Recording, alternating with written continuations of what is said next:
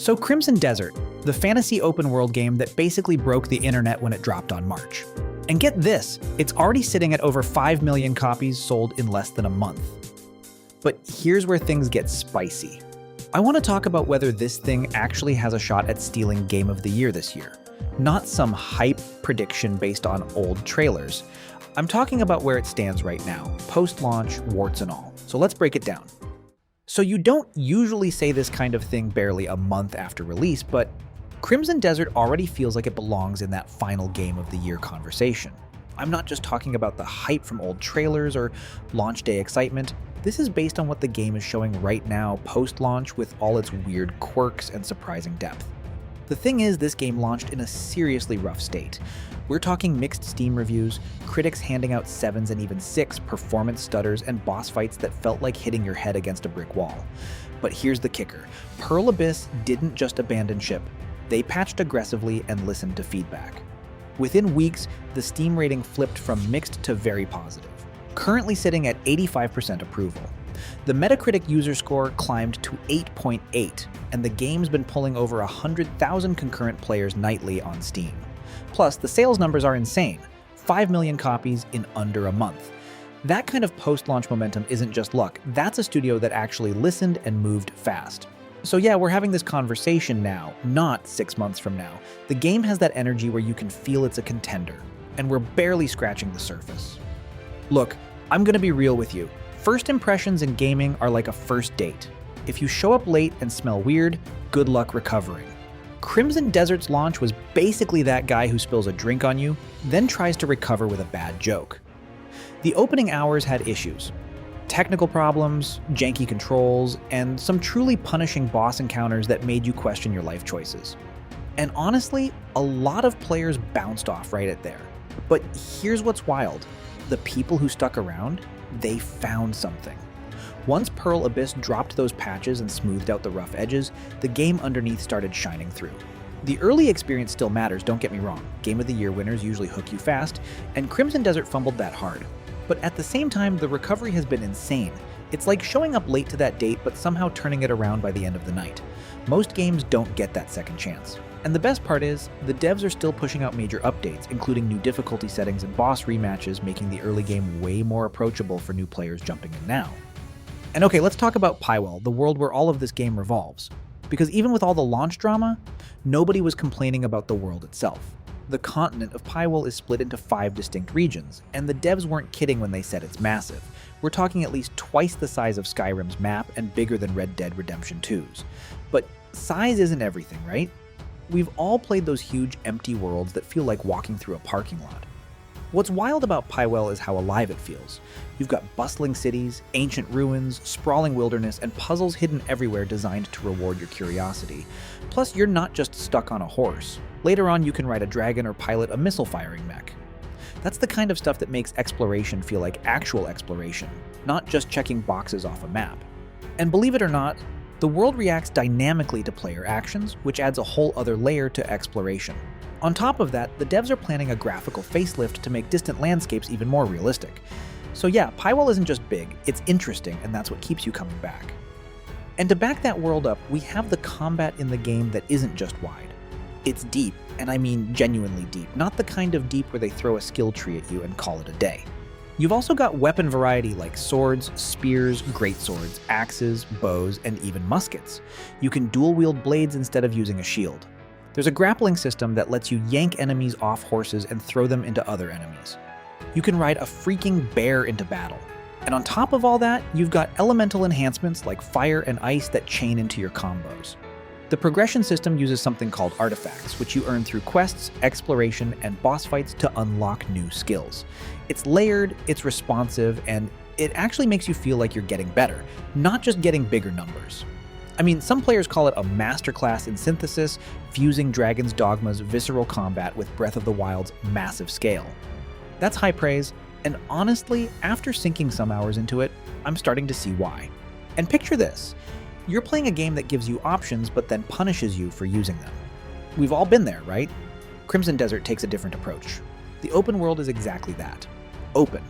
You can explore the 5 regions of Pyrewell in basically any order you want, taking faction quests, siege battles, or smaller character-driven missions as you go.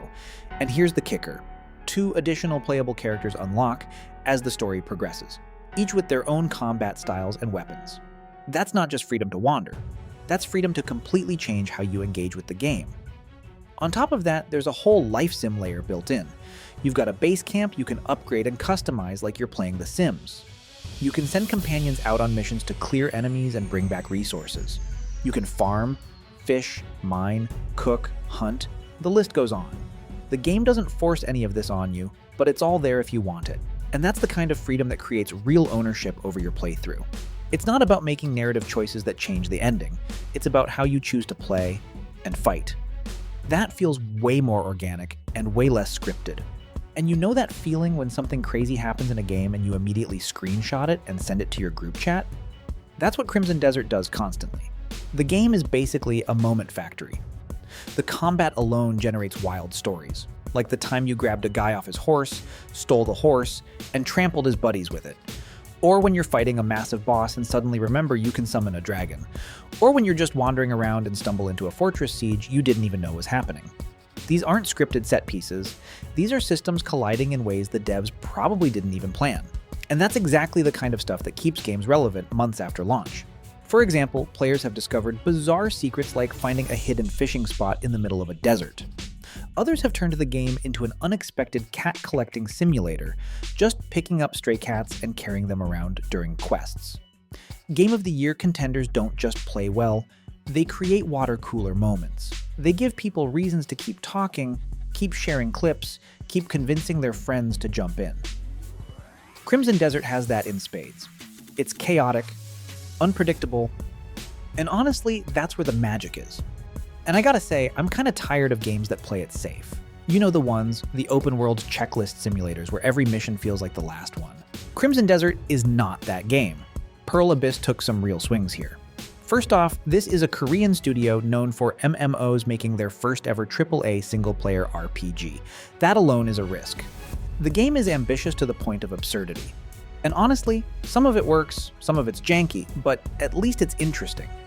Even the creator of Dishonored praised it for doing everything backwards, dazzling you visually first and layering complexity later. Bold games stand out during awards season because they're memorable. Safe games get forgotten by December. Crimson Desert might have flaws, but nobody's forgetting it anytime soon. It's messy, it's overstuffed, but it's got heart and ambition, and that counts for a lot. Look, we can talk about gameplay all day, but presentation still matters. And Crimson Desert looks insane. The Black Space engine is doing some heavy lifting here. The lighting, the character animations, the environmental detail, it's all top tier. Even the critics who gave the game a 6 or a 7 usually admitted that the visuals were incredible. And Pearl Abyss has been constantly tweaking graphical options post-launch, adding improvements through patches. On top of that, the animation work in combat is super fluid. Every weapon swing, every grapple, every dodge flows together in a way that feels satisfying to watch and even better to execute. The game has that next-gen feel even though it's running on current hardware. And when awards season rolls around, you better believe that production polish catches people's attention. It shouldn't be the only thing that matters, but it's definitely part of the conversation. Plus, the devs are planning to add new outfits and hide weapons on your back to keep that cinematic look during cutscenes. It's those little touches that show a commitment to quality, even after the game has already shipped. And here's where things get real interesting. When you look at the Game of the Year prediction markets before the review embargo dropped, Crimson Desert was running behind some other games by major studios. And yeah, the review scores dropped those odds. But here's the thing. The game has been climbing ever since. The Metacritic user score is now an 8.8. The Steam rating is very positive. It sold 5 million copies in under a month, and it's still pulling over 100,000 concurrent players nightly. That's not a game that fell off. That's a game that's building momentum. The competition this year is stacked: GTA 6, Resident Evil Requiem, Fable, Pragmata, and a bunch of others. But Crimson Desert is already in that conversation. It's not playing catch-up, it's right there at the table. And the longer the post-launch improvements continue, the stronger its case gets. Some analysts even estimate the game has already generated over $200 million in revenue. That kind of financial success usually gets the industry's attention, and awards voters take notice when a game connects that strongly with players. And not gonna lie though, Crimson Desert isn't perfect. And if we're being honest about its Game of the Year chances, we gotta talk about the elephant in the room. The critic score is still a 77 on Metacritic. And here's the history lesson for you. No game with a score in the 70s has ever been nominated for Game of the Year at the Game Awards. The lowest nominee so far was Black Myth Wukong with an 81. So Crimson Desert would literally have to make history just to get a nomination. Plus, the story has been a common complaint. Even Pearl Abyss's own leadership admitted the narrative could have been stronger. And some players find the sheer amount of systems overwhelming. It's a lot. Like, a lot. That complexity might turn people off. Performance on consoles has also been a mixed bag, with frame rate drops in busy areas. So look, I'm not sitting here guaranteeing a win. That would be dumb. But here's what I will say. The game has everything it needs. The world, the systems, the combat, the moments, the recovery arc. If the critics take another look at the patched version, and if the voters reward ambition over safety, Crimson Desert could absolutely sneak into that final conversation. It's a long shot, but it's a shot. So that's where we're at with Crimson Desert. A messy launch, an insane recovery, and a real shot at being in the Game of the Year discussion by the end of the year. Is it gonna beat GTA 6? Probably not. But honestly, just being in that conversation is a win for a studio taking their first swing at single player. Anyway, drop your take in the comments. Do you think Crimson Desert deserves a nomination? I'll catch you in the next one.